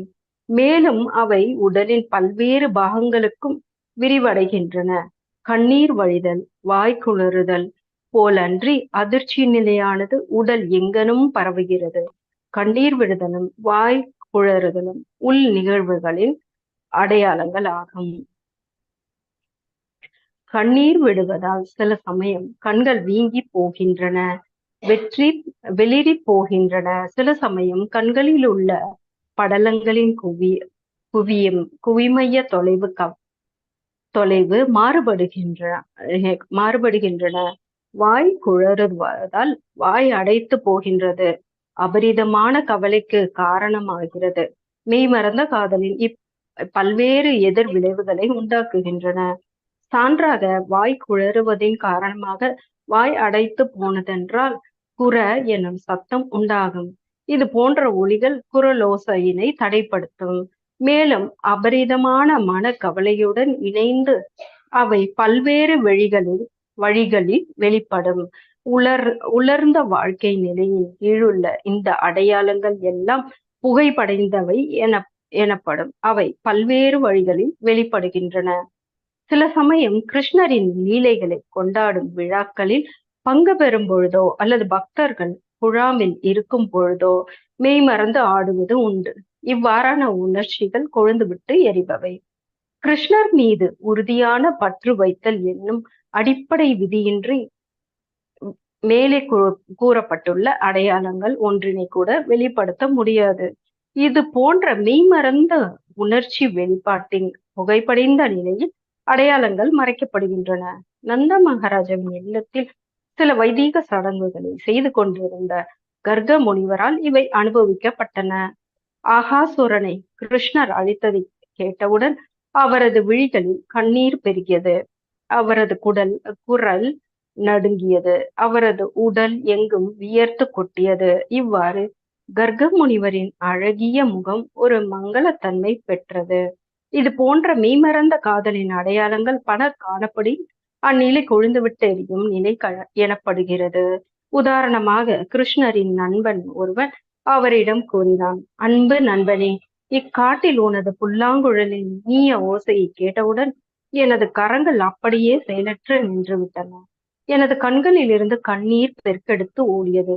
உண்மையில் என்னால் உனது மயிலிறகை கூட அடையாளம் காண முடியவில்லை. எனது தொடைகள் இரண்டும் உணர்ச்சியற்று மரத்து போய்விட்டமையால் என்னால் ஒரு அங்குலம் கூட நடக்க முடியவில்லை.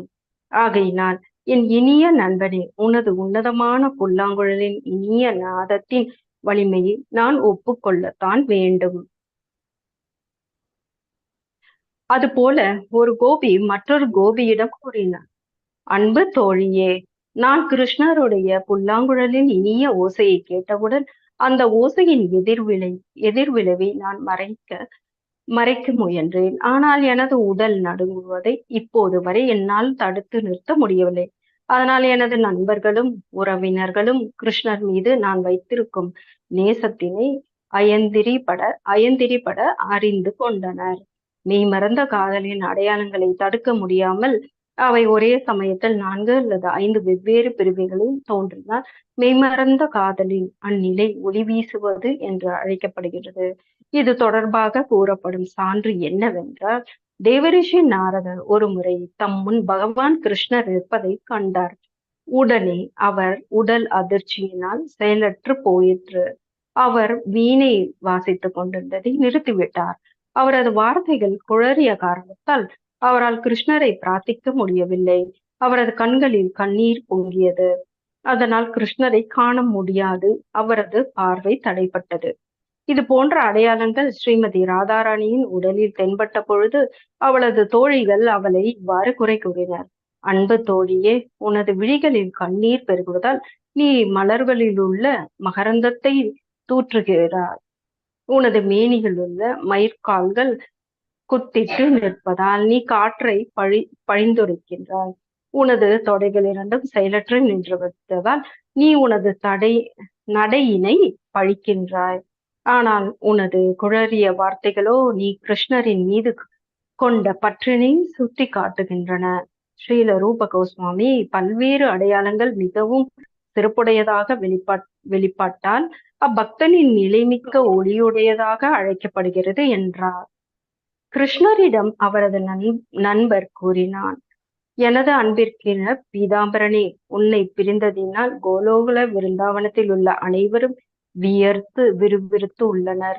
அவர்கள் ஏதேதோ கூறி புலம்புகின்றனர். அவர்கள் விழிகளில் கண்ணீர் பெருக்கெடுத்து ஓடுகின்றது. உண்மையில் அனைவருக்கும் பெரும் குழப்பத்தில் ஆழ்ந்திருக்கின்றனர். மெய்மறந்த காதலின் பரம அடையாளம் ஆகிய மகாபாவம் ராதாராணிக்கு மட்டுமே சாத்தியமாக கூடியதாகும். எனினும் பின்னர் ஸ்ரீ கிருஷ்ண சைத்தன்யர் ராதாராணியின் காதல் உணர்வு எத்தன்மையது என்பதை அறிவதற்காக இப்பூமியில் அவதரித்த பொழுது அவரிடம் மகாபாவத்தின் அடையாளங்கள் எல்லாம் வெளிப்பட்டன. ஸ்ரீல ரூப கோஸ்வாமி இது தொடர்பாக குறிப்பிடும் பொழுது, மெய்மறந்த காதல் மிக ஒளிமயமானதாக இருக்கும் பொழுது அது மகாபாவம் எனப்படும் என்று கூறுகிறார். ஸ்ரீல ரூப கோஸ்வாமி மெய்மறந்த காதல் வெளிப்பாட்டிலே மேலும் 4 பிரிவுகளாக ஆராய்கிறார். அவை சாந்தவிக விகாபாசா என்று அழைக்கப்படுகிறது. சில சமயம் பக்தி தொண்டு புரியாத அருவவாதிகளிடம் கூட மெய்மறந்த காதலின் இந்த அடையாளங்கள் காணப்படலாம். ஆனால் அது உண்மையான மெய்மறந்த காதலாக ஏற்றுக்கொள்ளப்படுவதில்லை. அது ஒரு பிரதிபலிப்பே ஆகும். உதாரணமாக அருவவாத அறிஞர்களின் புனித சேத்திரமான வாரணாசியில் பகவானின் பெருமைகளை கேட்டு ஒரு சந்நியாசி அழுது கொண்டிருப்பதை காண நேரிடலாம். அருவவாதிகள் கூட சில சமயம் ஹரே கிருஷ்ண மந்திரத்தை ஓதி ஆடி பாடுகின்றனர். ஆயினும் அவர்களின் நோக்கம் பகவானுக்கு தொண்டு செய்வதல்ல. அவர்கள் நோக்கம் பகவானுடன் ஒன்றிணைந்து அவர் வடிவில் ஒன்று கலக்க வேண்டும் என்பதே ஆகும். அதனால்தான் ஸ்ரீல ரூப கோஸ்வாமி ஓதுவதினால் அருவவாதியின் உடலில் அடையாளங்கள் காணப்பட்டால் அவற்றை உண்மையான பற்றினால் விளைந்த அடையாளங்களாக கருதக்கூடாது என்றும், அவை சூரிய ஒளி கண்ணாடிப்பட்டு இருட்டறையில் பிரதிபலிப்பது போன்ற ஒரு பிரதிபலிப்பே என்று கூறுகிறார். அருவவாதிகள் என்பவரின் மனங்களையும் கூட கல்லாய் கனிந்துருக செய்யுமாறு ஹரே கிருஷ்ண மந்திரத்தை ஜெபிப்பது உயர்வும் உன்னதமும் உடையதாகும். ஸ்ரீல ரூப கோஸ்வாமி அருவவாதிகளிடம் காணப்படும் அடையாளங்கள் உண்மையான மெய்மறந்த காதலின் அடையாளங்கள் அல்லவென்றும் அவற்றின் பிரதிபலிப்பே என்றும் கூறுகிறார். சில சமயம் பக்தி தொண்டில் செயலாற்றும் பகவானின் உன்னத கீர்த்திகளை உண்மையில் அறியாதவர்களமான உறுதிமிக்க தர்க்கவாதிகள் பகவானின் கீர்த்திகளை கேட்டு காதலாகி கசிந்து கண்ணீர் மல்குவர்களாக காட்சி அளிக்கின்றனர். இது தொடர்பாக ஒரு பக்தன் பகவானிடம் இவ்வாறு கூறுகிறான்: போற்றுதற்குரிய முகுந்தனே, உமது லீலைகளின் பெருமைகளை என்னால் எடுத்துரைக்க முடியாது. அப்பக்தர்கள் கூட உமது லீலைகளின் பெருமைகளை காதால் கேட்டார் என்றால் அவர்கள் அதனால் பெரிதும் பாதிக்கப்பட்டு கண்ணீர் சிந்தி உடல் நடுங்குவர். இது போன்ற அபக்தர்கள் உண்மையில் கசிந்து உருகுவதில்லை. அவர்கள் கல்மனம் படைத்தவர்களாவர். ஆனால் பகவானின் கீர்த்திகளோ அப்பக்தர்களின் கண்களிலிருந்து கண்ணீரை வரவழைக்கும் அளவிற்கு மிக வலிமையுடையவதாகும். சில சமயம் கிருஷ்ணரிடம் உண்மையான ஈடுபாடற்றவர்களும் நியம நிஷ்டகளை பின்பற்றாதவர்களுமான அபக்தர்கள் கூட பயிற்சியினால் பக்தர்களின் கூட்டத்தில் அழுவது போன்ற பக்தி அடையாளங்களை பொய்மையாக காட்சிப்படுத்துகின்றனர். எனினும் இவ்வாறு கண்ணீர் விடுவது மெய்மறந்த காதலின் உண்மை உணர்ச்சியின் வெளிப்பாடல்ல, இது பயிற்சியினால் செய்யப்படுவதாகும். இது போன்ற மெய்மறந்த காதலின் எதிர் விளைவுகளை விவரிக்க தேவையில்லை என்ற போதிலும் ரூப கோஸ்வாமி உண்மையான பக்தி தொண்டும் உண்மையான உணர்ச்சியின் வெளிப்பாடும் இல்லாத சில நிகழ்வுகளை எடுத்து கூறுகிறார். ஹரே கிருஷ்ணா பிரபுஜி.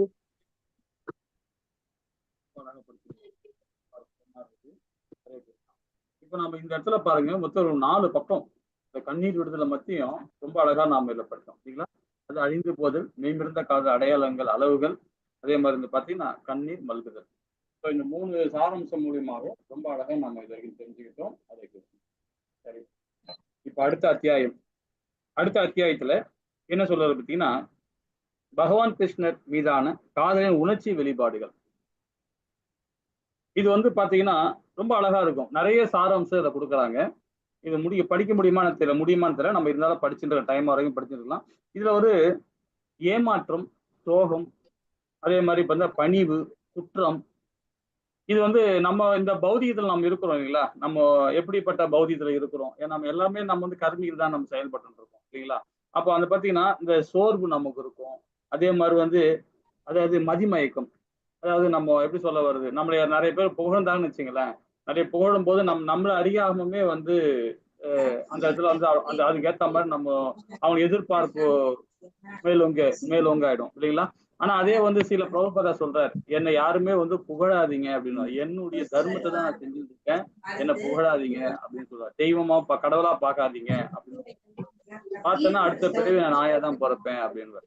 ஸோ எதுக்கு சொல்ல வரேன்னு பாத்தீங்கன்னா, அந்த நம்ம பக்தரா இருந்தா கூட சரி, யாரா இருந்தாலுமே சரி, அவங்களுடைய தர்மத்தை தான் அவங்க செய்யறாங்க. அதை வந்து நம்ம எச்சப்படுத்தி இவர் ரொம்ப நல்லா சொல்லி கொடுக்குறாரு, இவர் நல்லா பேசுறாரு, இவர் நல்லா வந்து ஸ்லோகம் படிக்கிறாரு, இவர் நல்லா இது பண்றாரு அப்படிலாம் சொல்லவே கூடாது. ஆக்சுவலா வந்து அது வந்து சொன்னாவே அது வந்து இது இந்த மாதிரி தன்மையில் தான் போய் சேரும். ஹரே கிருஷ்ணா. கொஞ்சம் மியூட்ல இருங்க.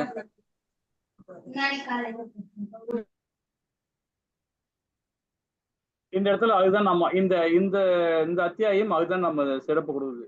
அதாவது மதிமழக்கம், அதாவது பெருமிதமா பேசுறது, அப்புறம் வந்து அது ஐயம் பண்றது, அது நம்ம ஐயப்பாடுன்னா நமக்கு வந்து அச்சம், இது மாதிரி விஷயங்களை நம்ம பார்க்க போறோம் இந்த அத்தியாயத்துல. பெரிய அத்தியாயம் தான், இருந்தாலும் கொஞ்சம் நம்ம கொஞ்சம் ஒரு டைம் வர வரைக்கும் இதுல பார்ப்போம். ஹரே கிருஷ்ணன். சரி, அத்தியாயம் 29 பகவான் கிருஷ்ணன் மீதான காதலின் உணர்ச்சி வெளிப்பாடுகள் அப்படின்னு சொல்லப்படுது. கொஞ்ச நேரம் படிக்கிறேன். ஹரே கிருஷ்ணா. அத்தியாயம் 29, அதாவது என்ன சொல்றதுன்னா, உணர்ச்சி மயமான மெய்மறந்த காதலின் வியாபேஸ்வரம். யாராவது சவுண்ட் வந்துட்டே இருக்கு. ஹரே கிருஷ்ணா, கொஞ்சம் மியூட் பண்ணீங்க, மத்த வச்சு ரெக்கார்டிங் போயிட்டு இருக்கு இல்லையா?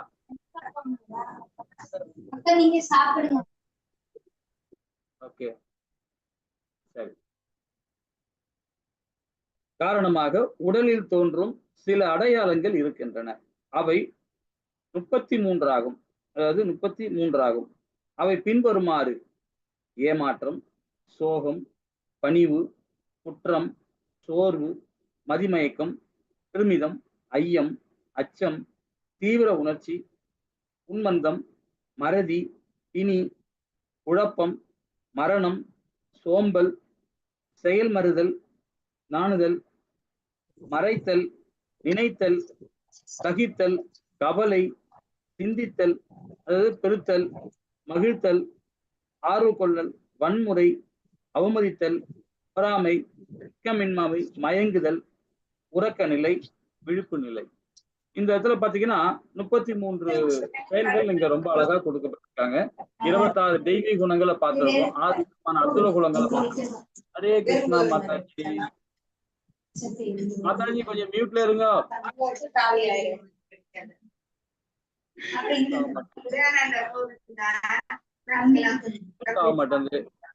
பபிதா மாதாஜி ஏன் மியூட் ஆக மாட்டேங்குது இல்லையே?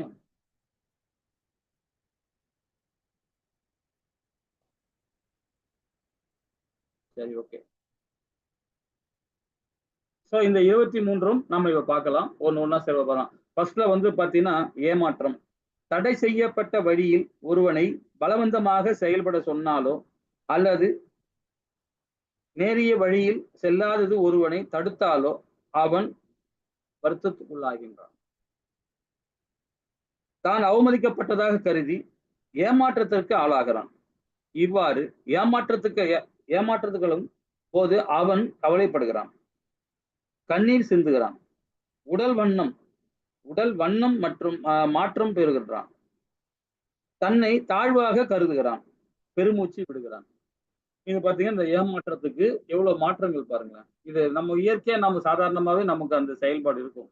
நம்ம அதை வந்து ஏன் அது மாதிரி வருதுன்னு பாத்தீங்கன்னா, நம்ம மாயா புக்ல நம்ம படிச்சிருக்கோம், ஞாபகம் இருக்குன்னு நினைக்கிறேன் எல்லாருக்கும். மாயா புக்ல படிக்கும் போது பாத்தீங்கன்னா 14 விதமான செயல்பாடு நம்ம பார்த்திருக்கோம் மாயத்துல.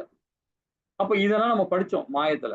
இந்த உபநிஷங்கள் வந்து ரொம்ப அழகா இதுல கொடுத்துருக்காங்க. ரூப கோசாமி ரொம்ப அழகா இதுல கொடுத்துருக்காரு. நம்ம அந்த மாயா புக்லயே வந்து ரொம்ப அற்புதமா நாம அந்த 14 விதமான செயல்பாடுனால என்னென்ன இடத்துல நம்ம சேஞ்ச் ஆகுறோன்றது அதை நம்ம படிச்சோம். அதை படிச்சதுனால கொஞ்சம் நமக்கு கொஞ்சம் ஞாபகம் வருது இல்லைங்களா? ஹரே கிருஷ்ணா. சரி, பகவான் கிருஷ்ணர் ஆலிங்க சர்பத்தை தண்டிக்கும் பொழுது நச்சு கலந்த யமுனை நதியில் முழுகிவிட்டவர் போல் தோன்றினார். அது கண்டு நந்த மகாராஜா யசோதே தேவியிடம், அன்பு மனைவி, பகவான் கிருஷ்ணர் நீரின் அடிபகுதியில் விழுந்து விட்டான். அதனால் நமது பாவம் நிறைந்த இந்த உடல்களை இன்னும் பேணுவதில் பயனில்லை. நாம யமுனையிலேயே விஷம் கலந்த நீரில் விழுது நமது பாவத்திற்கு பரிகாரம் தேடிக் கொள்வோம் என்றார். ஒரு பக்தன் பெரும் ஏமாற்றத்திற்கு ஆளாகும் போது அதிர்ச்சி அடைந்தமைக்கு இது ஒரு நிகழ்ச்சியாகும் சொல்லப்படுது. பகவான் கிருஷ்ணர் விருந்தாவனத்தில் விட்டு செல்லும் பொழுது அவரது உயர் நண்பனுமான சுபாலன் என்பவனும் அவரோடு உடன் செல்ல தீர்மானித்தான். அவ்வாறு செல்கையில் சுபாலன் பகவான் கிருஷ்ணர் இல்லாத விருந்தாவனத்தில்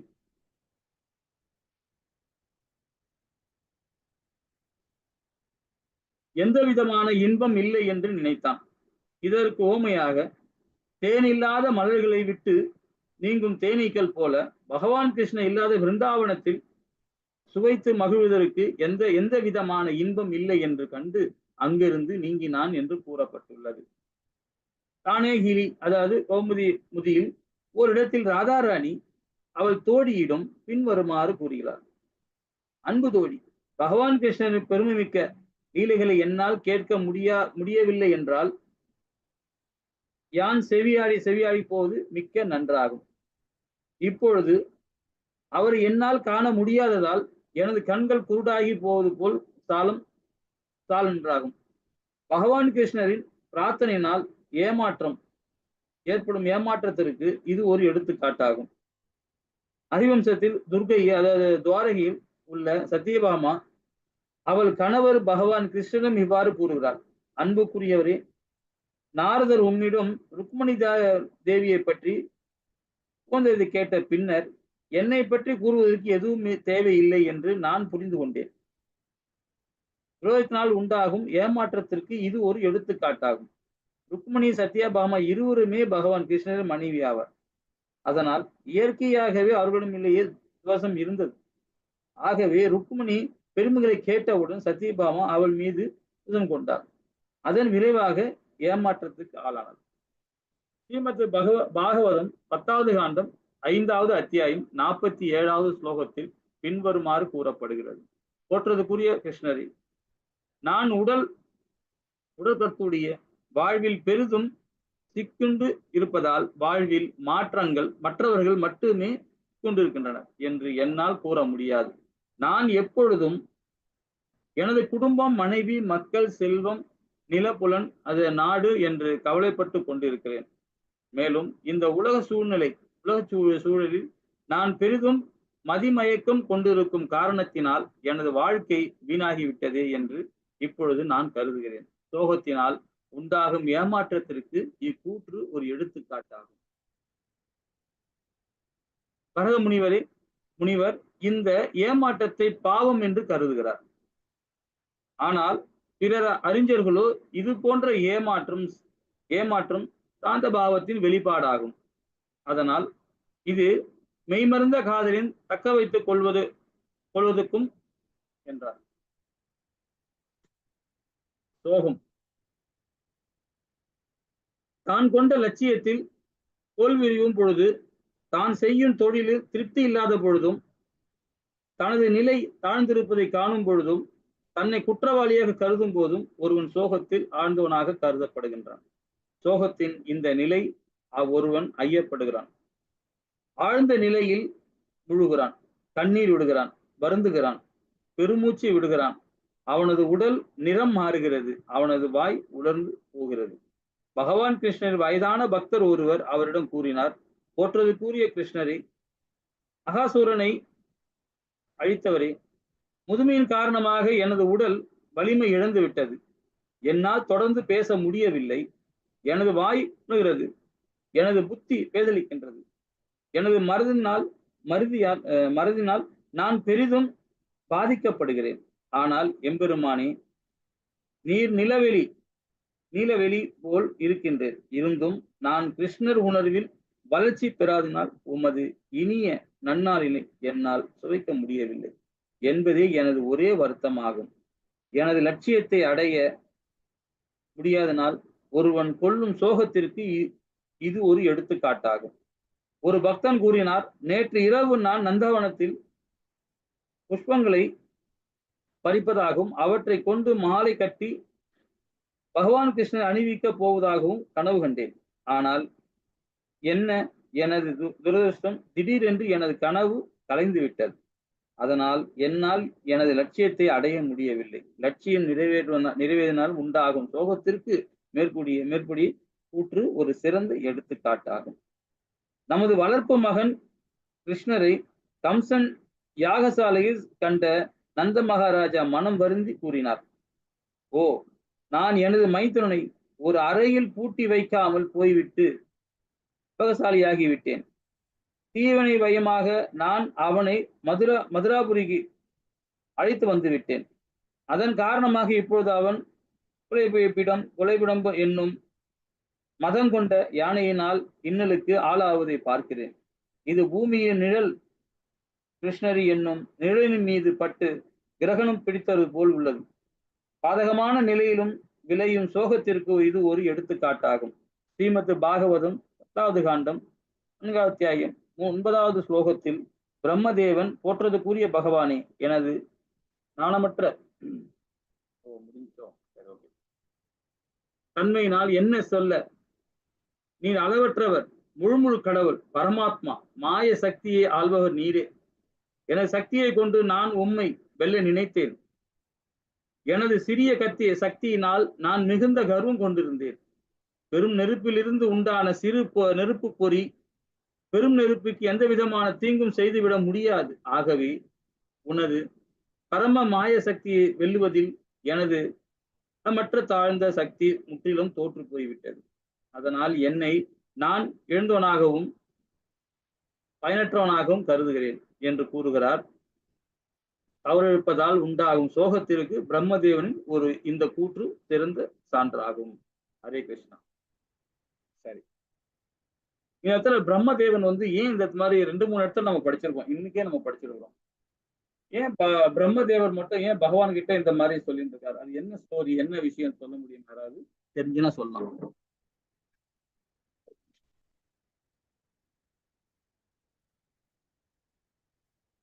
ஹரே கிருஷ்ணா. பிரம்மதேவர் ஏன் அந்த மாதிரி 2-3 இடத்துல நம்ம இன்னைக்கு படிச்சிருக்கிறோம் நாம. நீங்க ஹரே கிருஷ்ணா பிரபுஜி. பிரம்மதேவனுக்கு ஆணவம் வந்துருது பிரபுஜி. அதனால கோகுலத்துல இருக்கிற குழந்தைங்களை, பசுமாடை எல்லாம் அடைச்சி வச்சிடுறாரு, தான் தான் பெரியவர்னு சொல்லிட்டு. ஆனா அந்த இடத்துல கிருஷ்ணன் பசுமாடாகவும் குழந்தையாகவும் எல்லா வீட்லயும் போய் இருக்கிறாங்க.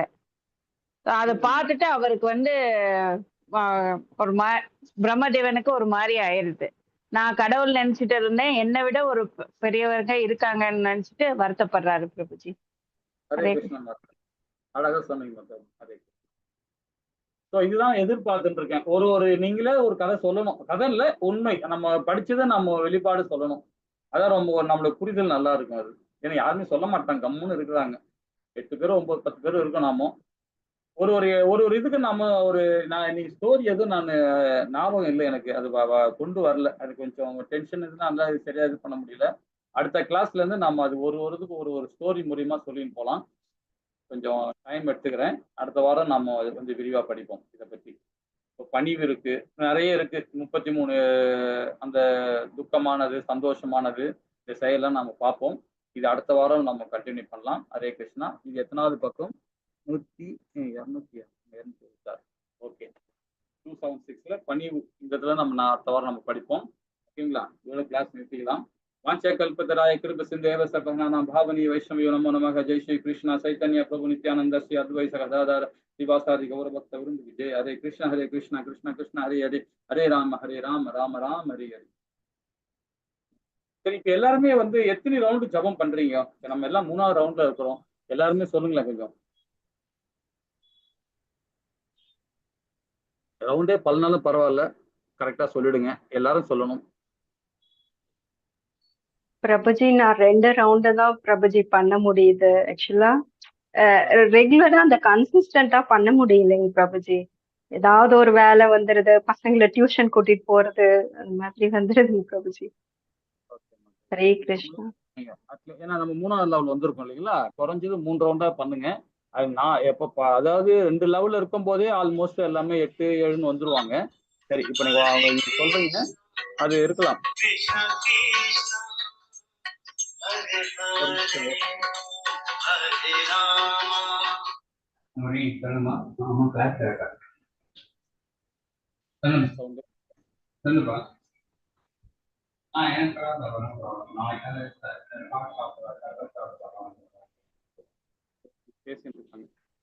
இதுல வருது ஆடியோ. சரி, இப்ப என்னன்னா பாத்தீங்கன்னா, கொஞ்சம் எல்லாமே கொஞ்சம் ஒரு 3வது லெவல் வந்திருக்கனால ஒரு 4 ரவுண்டாவது பண்ண முயற்சி பண்ணுங்க. முடியாதவங்க பண்ணுங்க. ஹரே கிருஷ்ணா மாதாஜி. நீங்க ட்ரை பண்ணுங்க மாதாஜி, கொஞ்சம் டைம் கிடைக்கும்போது பண்ணி முயற்சி பண்ணுங்க. ஹரே கிருஷ்ணா. ஓகேங்க பிரபுஜி. நானும் 6 ரவுண்டு வரைக்கும் பண்ணேங்க பிரபுஜி. அதுக்கப்புறம் ஊருக்கு போற வேலை அது இதுன்னு ஏதாவது ஒண்ணு தடைபட்டுறதுக்கு பிரபுஜி. திருப்பி மறுபடியும் ஸ்டார்ட் பண்ணுவேன். அந்த மாதிரி ஆயிடுது.